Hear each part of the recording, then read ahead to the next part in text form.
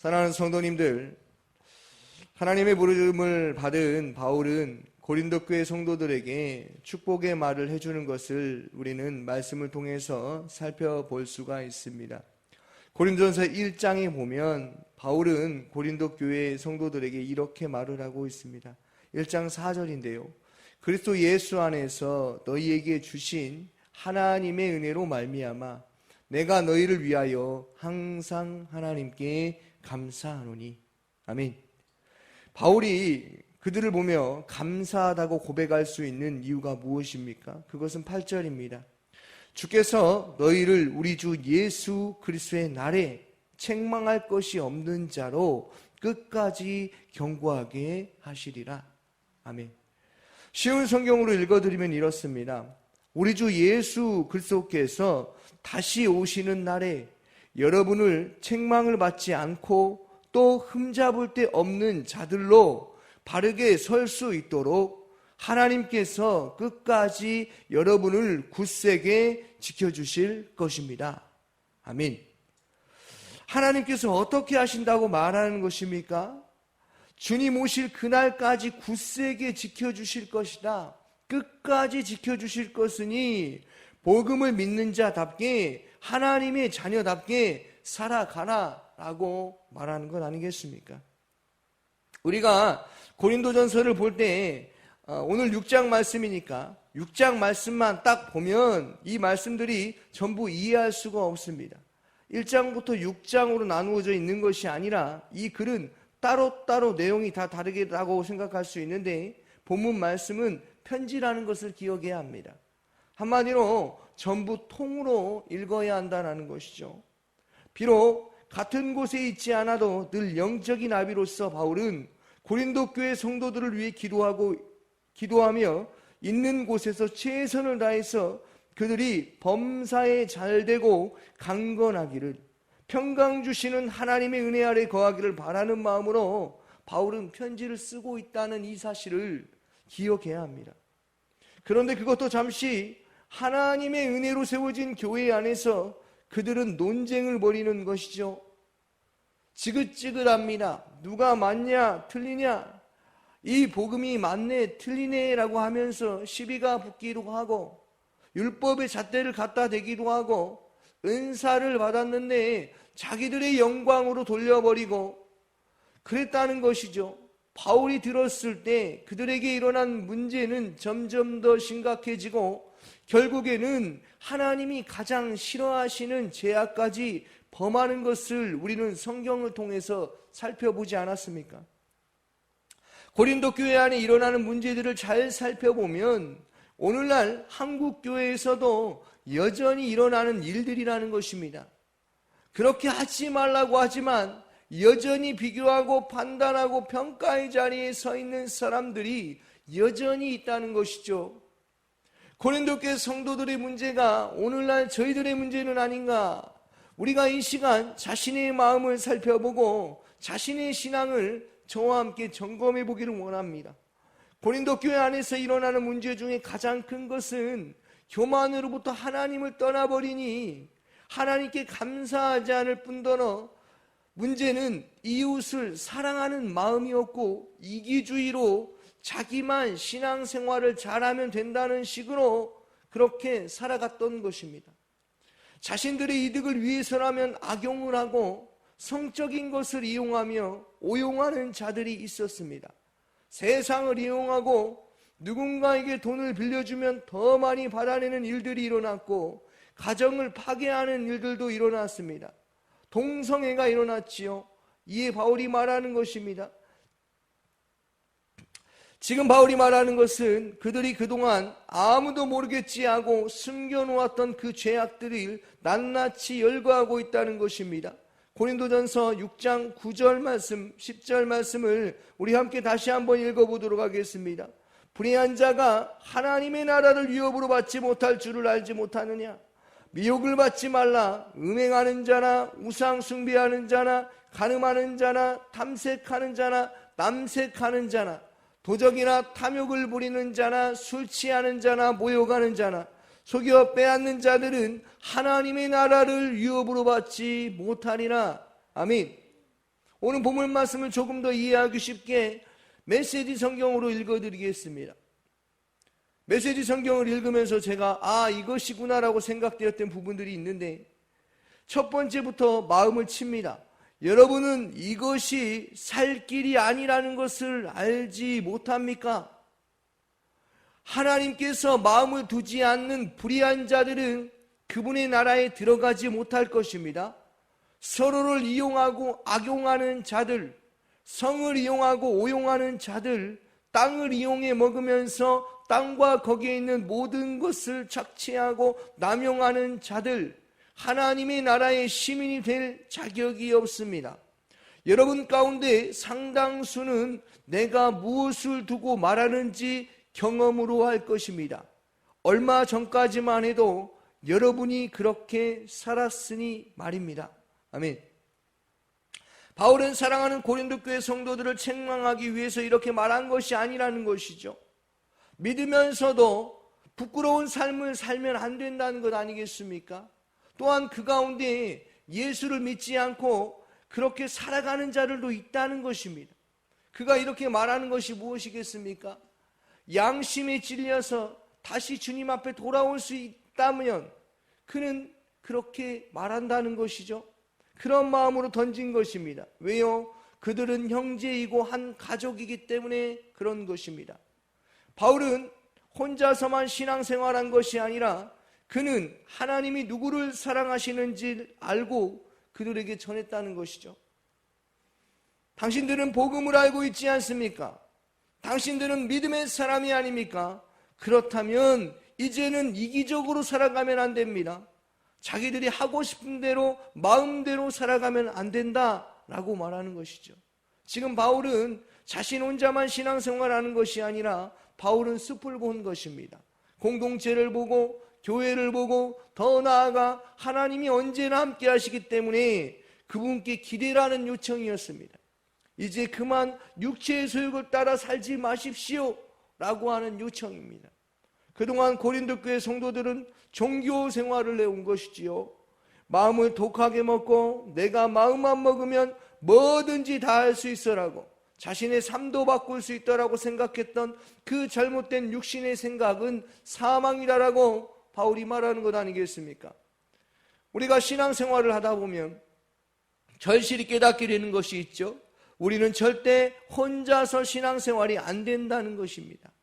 작은 죄악 하나까지도 이기지 못하는데 그걸 알면서도 또 넘어지고 또 쓰러지는 그러한 삶을 살고 있지는 않습니까? 그런데 이것은 영적인 삶이라는 거예요. 하나님을 알기 때문에 나의 죄악도 알게 되는 것이고 하나님을 알기 때문에 내가 넘어진 사실도 알게 하신다는 것입니다. 그런데 고린도 교회 성도들은 종교 생활을 했습니다. 그들의 변화와 그들의 행동이 변화되는 것을 자신의 결심과 노력으로 되어진 것으로 생각하였습니다. 구원받기 위해서 열심으로 헌신을 다해 봉사하여 달렸습니다. 하지만 이것은 종교 생활이며 변화가 아니라 변질이라는 것을 우리는 기억해야 합니다. 종교에는 변화가 없습니다. 왜냐하면 결국 내가 주인이기 때문에 그렇습니다. 변한 것처럼 보이지만 그것은 아주 잠깐 일시적이라는 것이죠. 또한 조건적이며 환경적이며 상황적이며 영원하지도 않습니다. 변화는 우리 스스로 어떤 대가를 치를 수가 없는 것입니다. 그들은 음행을 범했습니다. 그리고 우상 숭배. 어쩌면 가장 큰 우상은 우리 자신이 아닌가 생각됩니다. 결정권을 하나님께 드리지 못하고 내가 결정하는 경우가 허다하지 않습니까? 내 속에는 옳은 대로 내가 주인공 되어서 사는 것이 다반사가 아닙니까? 고린도 교회 성도들이 그랬다는 것이죠. 고린도 교회 성도들은 지금 상당히 영적으로 타락해져 있는 것입니다. 하나님이 가장 싫어하시는 음행, 우상 숭배를 하는 것이죠. 그런데 그거 아십니까? 우리가 종교 생활로 가는데 가장 위험한 것이 바로 나 자신이라는 거예요. 나 자신이 인생을 사는 게 아니라 하나님이 만들어주신 세상 속에서 살고 있다는 것을 우리는 늘 기억해야 합니다. 하나님이 함께 하신다는 것을 늘 기억하는 은혜가 있기를 소망합니다. 고린도 교회 문제가 어떤 것이었습니까? 많은 것들이 있지만 오늘 9절 본문에 나와 있는 것처럼 음행하였고 우상 숭배를 한 것입니다. 구약에도 우상 숭배하면 얼마나 많은 사건들이 있습니까? 대표적인 사건이 시내산 사건 아닙니까? 십계명을 받으려고 모세가 올라갔는데 세상 이스라엘 백성들이 아래에서 춤을 추며 금송아지에 입을 맞추고 춤을 추고 절도 하고 난리가 난 것 아니겠습니까? 그래서 모세가 이렇게 말합니다. 출애굽기 32장 4절 19절 20절인데요 아론이 그들이 손에서 금고리를 받아 부어서 조각칼로 새겨 송아지 형상을 만드니 그들이 말하되 이스라엘아 이는 너희를 애굽 땅에서 인도하여 낸 너희의 신이다 하는지라. 전에 가까이 이르러 그 송아지와 그 춤추는 것을 보고 크게 노하여 손에 그 판들을 산 아래로 던져 깨뜨리니라. 모세가 그들이 만든 송아지를 가져다가 불살라 부수어 가루를 만들어 물에 뿌려 이스라엘 자손에게 마시게 하니라. 이에 모세가 하나님이 주신 약속의 말씀을 분에 못 이겨 이 땅에 던져 돌판을 던져버리는 것이죠. 오늘 본문에 바울이 말한 내용도 십계명과 아주 밀접합니다. 아니 그들이 범한 죄악들은 하나님이 말씀하신 십계명을 어기고 있는 상황입니다. 제1, 2계명 어디에 나와 있습니까? 성경 맨 뒤편에 나와 있지 않습니까? 한번 넘겨서 보시기 바랍니다. 첫 번째, 두 번째입니다.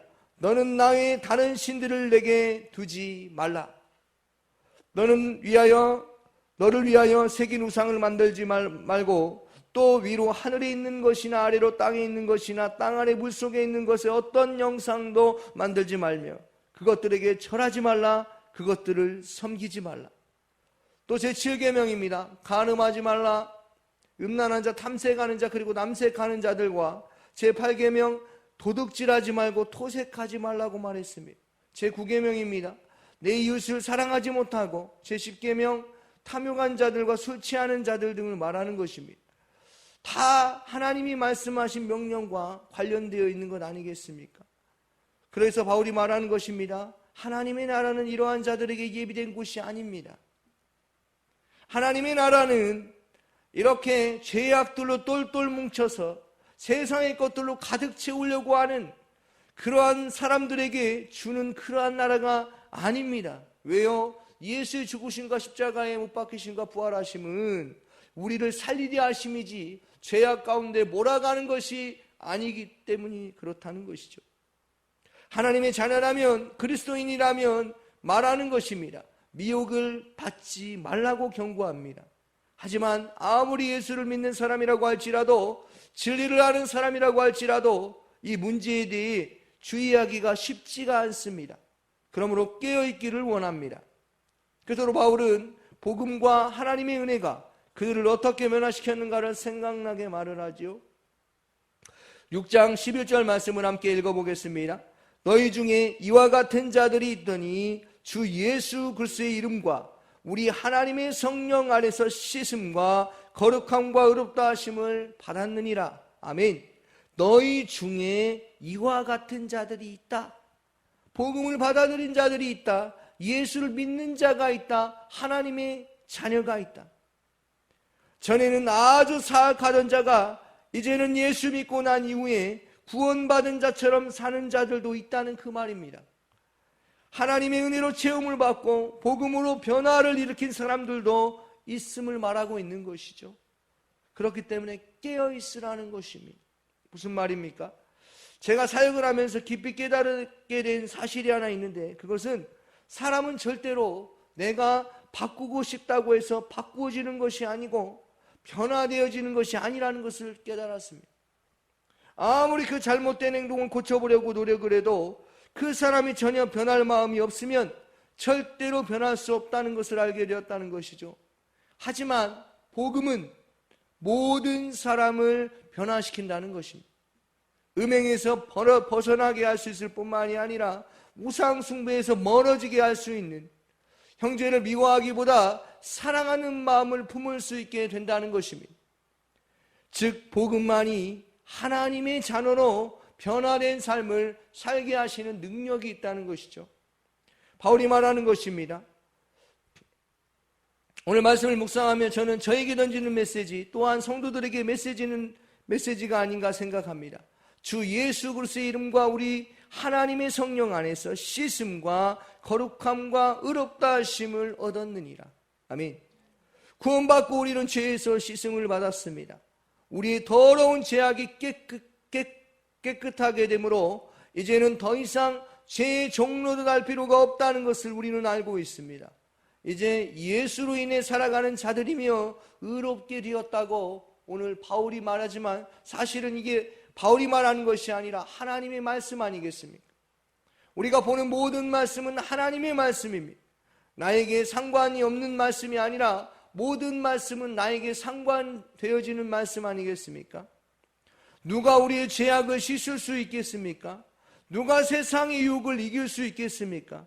아무도 죄악을 깨끗이 씻어줄 수 없었지만 하나님의 사랑과 그리스도를 통하여서 예수를 통하여서 하나님께서 은혜로 말미암아 예수로 말미암아 우리를 성령 충만한 삶, 거룩한 삶, 의롭게 살아갈 수 있도록 하셨다는 것을 기억하시고 오늘 말씀을 다시 한번 묵상해 보시고 또 들어보시고 거룩한 삶을 살아갈 수 있기를 주님의 이름으로 축원합니다. 아멘. 오늘 새벽에 주신 말씀을 묵상하면서 기도하시기를 바랍니다. 성도님들의 가정과 직장을 위해서 귀한 마을과 정식마을, 마을장과 순장과 순원들을 위해서 기도하여 주시고 샤인코스가 시작되었습니다. 게스트들과 선교민을 위해서 기도하여 주시기 바랍니다. 양육과정을 위해서 기도하여 주시고 오늘 요한계시록 강해가 7시 30분에 있습니다. 이 가운데 성령 충만함이 있게 하여 주시고 담임 목사님의 건강과 사모님과 또 자녀들을 위해서 성령의 인도하심에 따라 하나님께서 주신 말씀이 주인이 되어 교회를 이끄실 수 있도록 대통령과 해외 선교 이복음 선교사님 우즈베키스탄에서 사역하십니다. 이 땅 가운데 성령 충만함에 복음의 물결이 흘러넘칠 수 있도록 기도하여 주시고 광신대학교 직원들이 예수님을 바라봄으로 정직과 성실로 근무할 수 있도록 함께 기도하며 나아가도록 하겠습니다. 기도하겠습니다.